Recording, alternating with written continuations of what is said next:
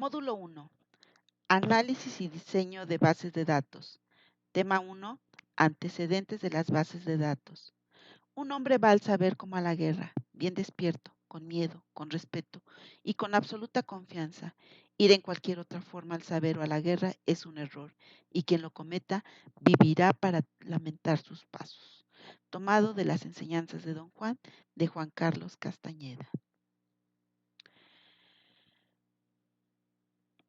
En este caso tenemos como objetivo que el participante describirá los conceptos relacionados a las bases de datos a través del conocimiento de la terminología, las ventajas y desventajas del uso de bases de datos, así como las herramientas de gestión de las mismas, orientadas al desarrollo de habilidades en el almacenamiento y manipulación de datos.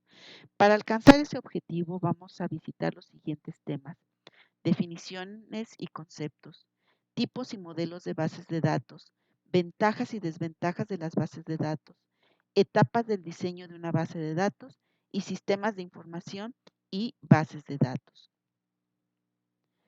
Vamos a comenzar con nuestro tema 1.1, definiciones y conceptos. Comenzaremos con la mínima unidad, que en este caso podemos considerar dentro de las bases de datos, que es el dato, que proviene del latín datum, que significa hecho. Un dato es la unidad mínima de información. Los datos son hechos sin valor, es decir, es un valor sin significado.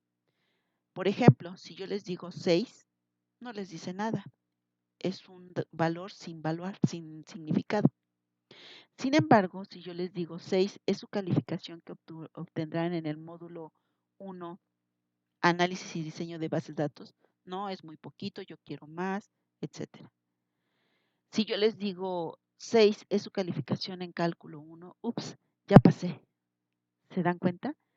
El valor como tal no nos dice nada hasta que le damos una interpretación, hasta que le damos un significado. Continuamos con el siguiente concepto: banco de datos. Un banco de datos es una colección o conjunto de datos almacenados en diferentes registros. El término de banco de datos es sinónimo de bases de datos. El banco de datos puede almacenar datos históricos útiles para realizar pronósticos e interpolación, etc. En algunos bancos de datos, la información almacenada se modifica con el tiempo, permitiendo operaciones como actualización, eliminación y edición de datos, además de las operaciones de consulta.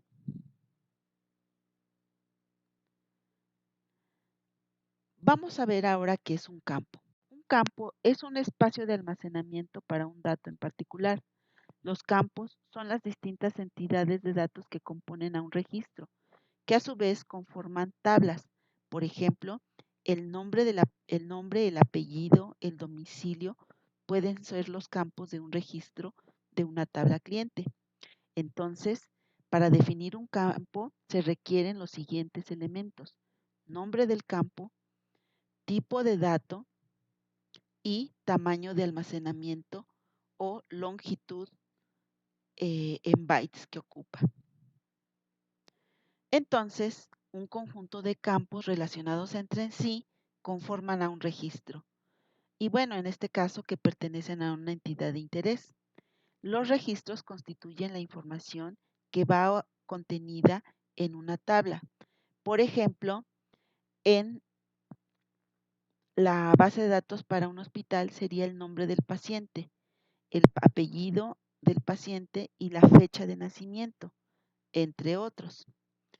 Ahora bien, si un registro está conformado de campos y un campo se conforma de datos, todos ellos conforman una tabla y esa tabla es almacenada en un archivo. Así es que un archivo o fichero es el medio físico donde se guardan los datos de cada registro, es decir, el conjunto de registros relacionados lógicamente. Entonces, la información, ¿qué es? La información es el conjunto de datos interrelacionados entre sí que tienen un significado, del cual podemos obtener conocimientos para una futura toma de decisiones. De hecho, aquí es importante tener oportunamente esa información para realmente hacer una buena toma de decisiones. De hecho, es la diferencia en ser líder en una empresa, tener primero la información y tomar decisiones para actuar. La información es un recurso sumamente valioso para cualquier organización. Sin embargo, la obtención de la información formal genera gastos y su valor solo puede ser comparado con el valor que tendrá para el receptor final. Bueno, pues entonces vamos a ver cómo debe ser la información. La información debe ser accesible, es decir, es la facilidad y rapidez con la que se puede obtener. Debe ser clara, se refiere a la integridad y entendimiento de la información sin ambigüedades. Debe ser precisa, debe ser exacta, cierta, sin errores y concreta. Debe ser propia.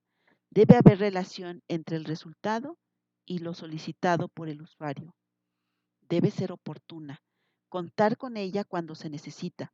Por lo tanto, es necesario reducir la duración del ciclo de entrada, procesamiento y entrega al usuario.